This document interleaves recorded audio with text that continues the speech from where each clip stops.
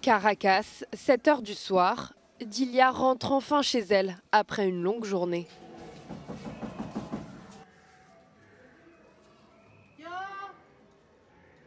Cette Vénézuélienne de 62 ans est femme de ménage. Elle gagne 3000 bolivars par jour, soit moins d'1 euro. Elle regrette de ne pas pouvoir préparer de meilleurs repas. Avant, il y avait plus de choses, mais c'est fini maintenant. Pourquoi? Tout est devenu tellement cher, nos salaires ne suffisent pas. Comme plus de la moitié de la population, Dilia, ses enfants et ses petits-enfants ont perdu du poids sans le vouloir ces dernières années. Se nourrir à sa faim, un combat quotidien au Venezuela. Pour le comprendre, il suffit de se promener dans le quartier. Cette nuit, le gouvernement envoie 2 camions chargés de denrées alimentaires. La situation est très tendue, nous devons cacher notre caméra. Les habitants du quartier se ruent sur les camions, impossible pour beaucoup d'y accéder.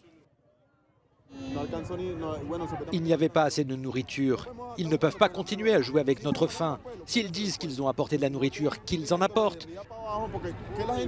Ils ne peuvent pas la garder. Comment réagissent les gens? Ils sont en colère. Ils ne peuvent pas faire ça. Quelqu'un de raisonnable ne peut pas faire ça. Regardez, il est très tard et beaucoup de gens n'ont pas encore pu manger. Pendant des années, des allocations gouvernementales ont permis à Hugo Chavez et à Nicolás Maduro de maintenir un lien solide avec les quartiers pauvres. Mais ensuite, des politiques inadaptées, la chute du prix du pétrole puis l'hyperinflation ont frappé de plein fouet le pays. Dans ces conditions, difficile de continuer à soutenir le gouvernement. Voici l'église où je me rends. Certains Vénézuéliens s'en remettent à leur religion. Dieu va changer le gouvernement dans ce pays. Ce n'est pas un mensonge, c'est vrai. Ce gouvernement ne nous représente plus.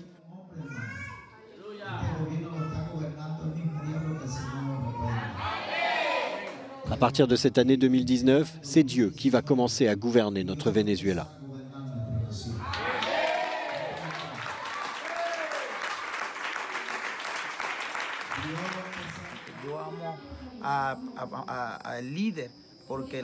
J'aime notre président car Dieu nous apprend à aimer notre prochain.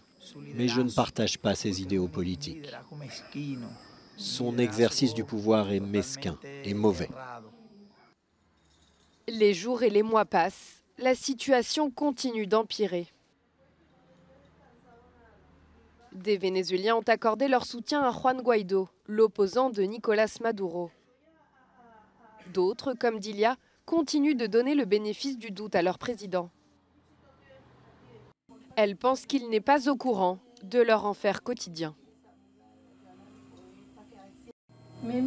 J'imagine que Maduro croit que les livraisons de nourriture arrivent tous les 15 jours. Il pense peut-être que tout va bien, mais c'est un mensonge. Cette situation, Dilia, elle, ne peut pas l'ignorer. Elle part travailler sans avoir pris de petit déjeuner. Un nouveau repas sauté, un énième rappel de la difficulté du quotidien, ici à Caracas.